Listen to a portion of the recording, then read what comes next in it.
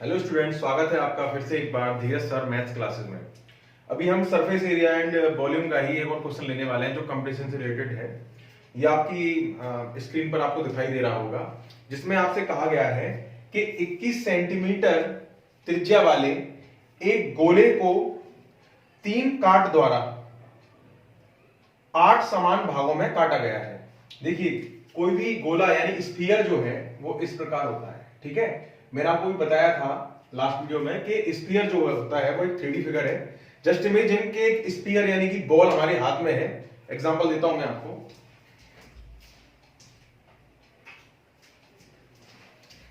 जैसे कि ये हमारा एक स्फीयर है।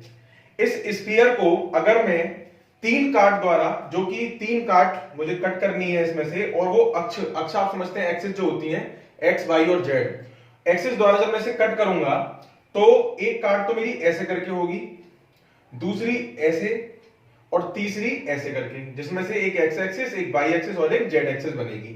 तो जब मैं इसको काटूंगा तो 1 2 3 4 5 6 7 और 8, ये टोटल मिला के इसके 8 टुकड़े बनेंगे, ठीक है।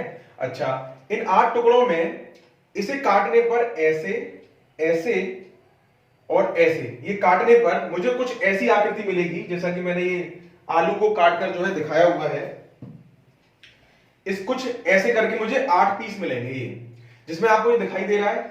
ये वाला जो पार्ट है ये एक जो है सर्कल का, एक सर्कल का ये चौथाई यानी फोर्थ, एक क्वाड्रेंट दिखाई दे रहा है आपको, जिसमें ये 90 डिग्री का एंगल है और ये यहां से यहां तक की आपकी रेडियस है और ये आपकी आर्क है।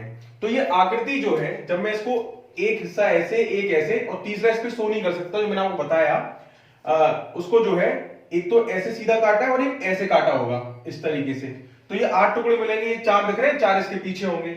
तो इसमें से ये एक टुकड़ा जो है ये कुछ इस प्रकार बनेगा, इस तरीके से। इसकी 21 आपकी आपको रेडियस दे रखी है, 21 सेंटीमीटर जो भी है, ठीक है। और ये आपकी आर्क होगी।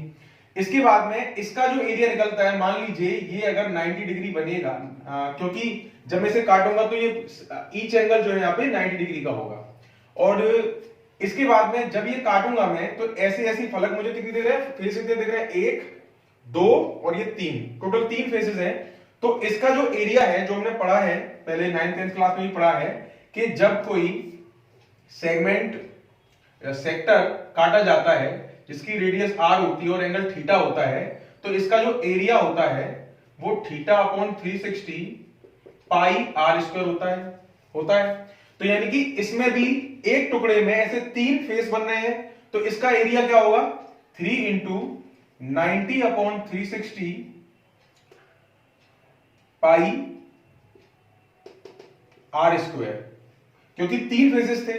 ये आ गया मेरा एक टुकड़े का, उसने पूछा था ना, ईच जो टुकड़ा होगा, प्रत्येक टुकड़ा जो होगा उसका जो है एरिया कितना होगा, यानी सरफेस एरिया कितना होगा। तो एक टुकड़े के 3 फेसेस का एरिया तो ये आ गया 3 into 90 upon 360 pi R square, plus हम इसमें और क्या ऐड करेंगे। अब ये तो हमने तीनों के तीनों ले लिए, जिसका एरिया निकल आएगा, साथ में ये वाला पार्ट भी तो रह गया सरफेस एरिया में। तो ये वाला पार्ट क्या है, ये किसी भी स्फीयर या गोले को काटने पर ये बाहरी मापी तो होगी इसकी। अब टोटल इसके जब 8 टुकड़े किए गए हैं तो डेफिनेटली इसका टोटल सरफेस एरिया कितना होता है, 4 पाई आर स्क्वायर।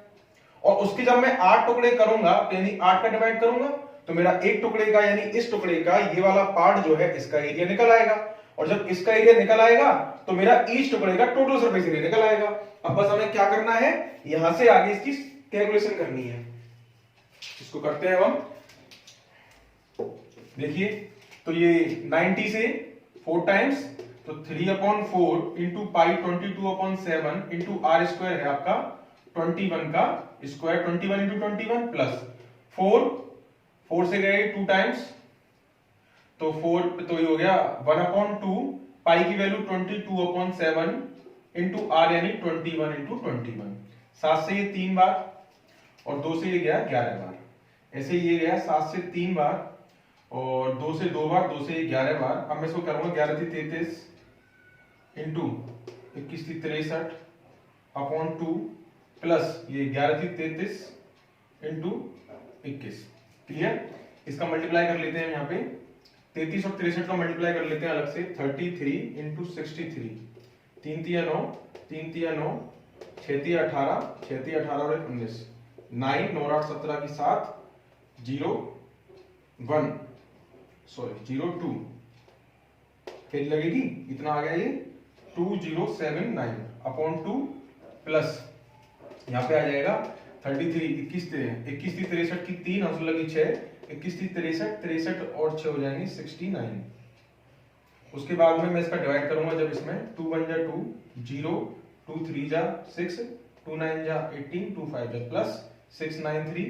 इट मींस इसका आंसर निकल आएगा 5.9 और 3 12 और सॉरी 9 और 3 12 कैरी 1, 9 और 3 फिर 12 और एक 13 की 3 कैरी 1 एंड 6 7 1, तो 1732.5 सेंटीमीटर स्क्वायर आपका रिक्वायर्ड आंसर हो जाएगा। Okay, thank you.